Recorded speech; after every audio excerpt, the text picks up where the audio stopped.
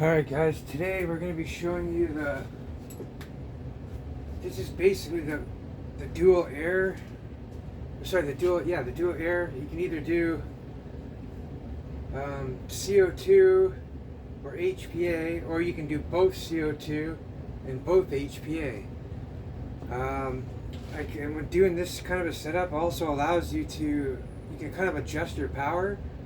So like you can use like a low 700 psi tank and then 1100 psi tank, and if for some reason you can't stop them, well, you can just flick the switch and turn the other one on, and you'll be at high power. So yeah, if your first one don't work, your second, or if you have an extra long magazines like I do, then you're gonna need more air, because this is just a short setup. If you can notice in the Facebook videos, I posted 3 different builds on this: long, medium, and short. And this one, the short one, has 15 rounds. The medium one has 21, and the next large rifle has 27 in it. And if you can see right here, we have steel bearings in there. Oh, of course.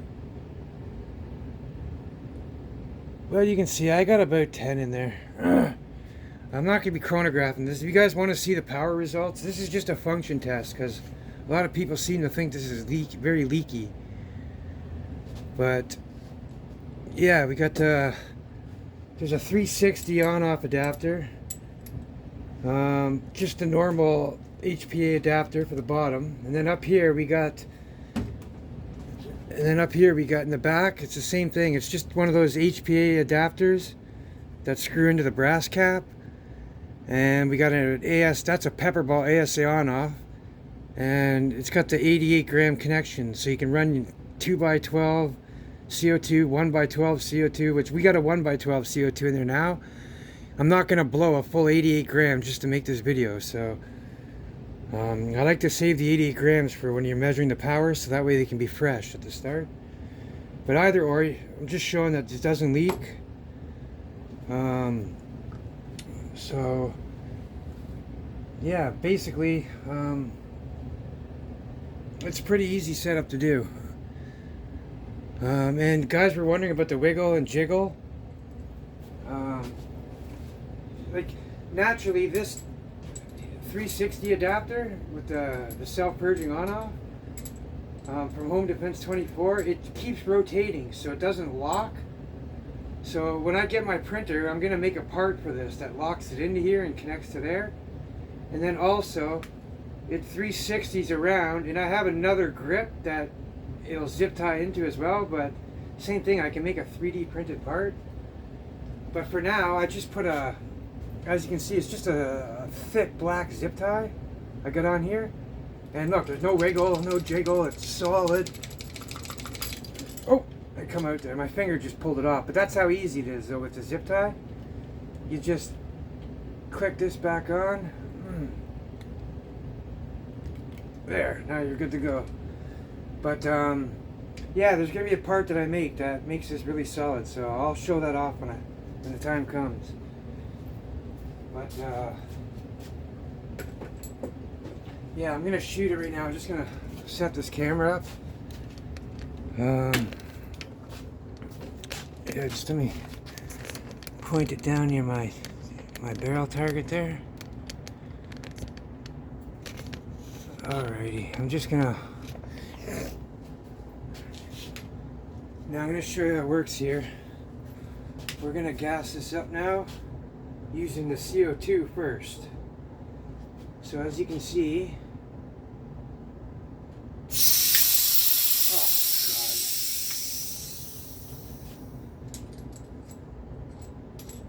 of course, one thing I didn't realize, that's a self-purging ASA on-off. So let me see.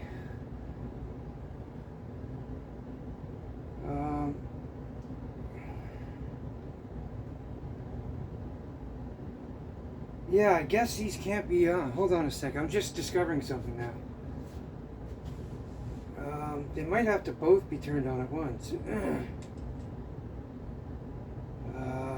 Yeah, because as soon as I turn this on, all the air is coming out here. It's coming out there, so you know what we'll do? So yeah, we'll go with HPA first. Okay, so now we're gassed up with HPA. I just shut this valve off. So this tank is 750 psi. So we're just gonna fire a shot or two down there. 1, 2, 3.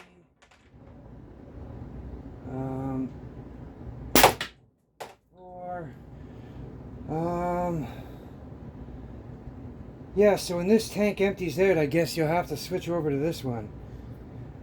Me personally, I'm going to use 2 HPA. I'll have a 750 tank and 1100 tank, or maybe an 850 tank. You don't need that much power. I mean, Christ, you're up into the 60 to 100 joules depending on your barrel setup like that. So yeah, I would have to run this tank completely out, and then I can turn this one on. But I can also turn the CO2 on now.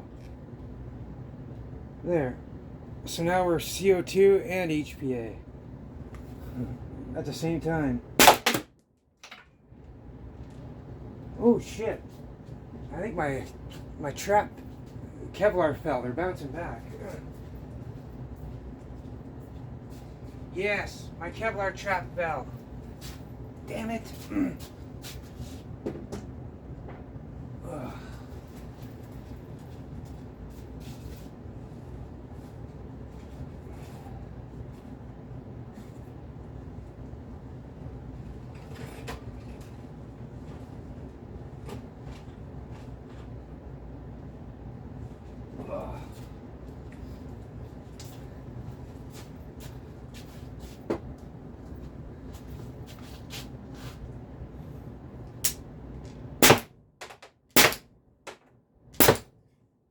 Oh, it fell again.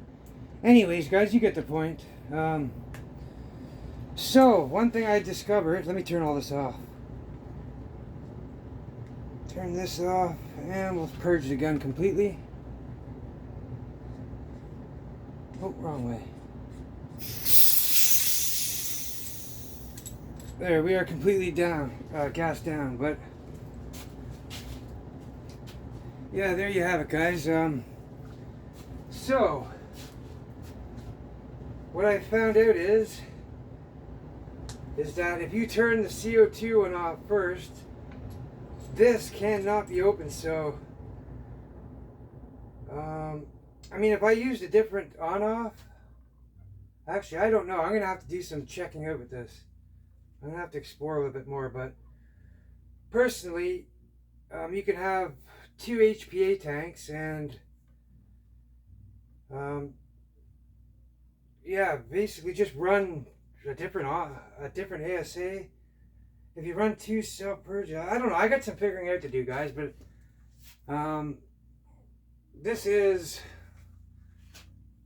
it's great for 2 tanks either way. So if you have that long magazine, it's going to be really good for that.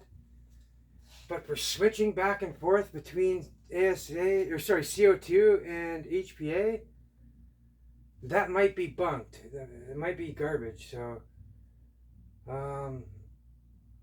anyways, it's still good because you can have 2 tanks and lots of air and you never run out of ammo, especially for the longer builds.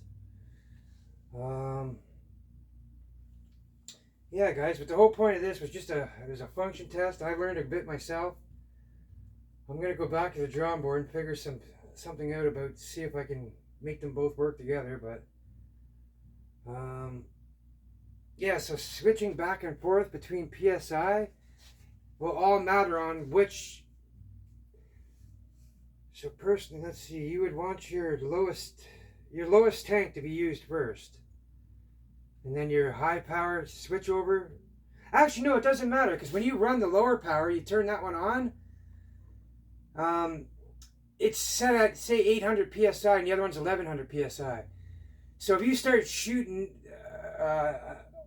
a criminal comes in your house and you start shooting him, and for somehow it's not deterring them, well then you can actually switch the 1100 PSI on or tank on, and your pressure will automatically go to 1100 PSI, so you'll be able to increase the power regardless.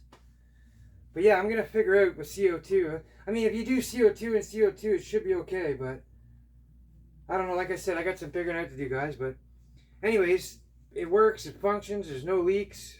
Self purges the air. Lots of ammo. Nice and compact. Very short.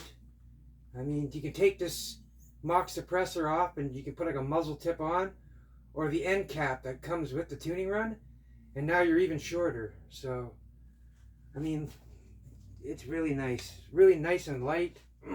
It's not heavy at all. Very powerful. Yeah, guys, that's pretty much it. This was just a 12 gram setup in here. Actually, I'm going to purge this now, so let me open this up. I'll open this up here. Yeah, I'm just going to purge this. All that CO2 here is leaking out here, so.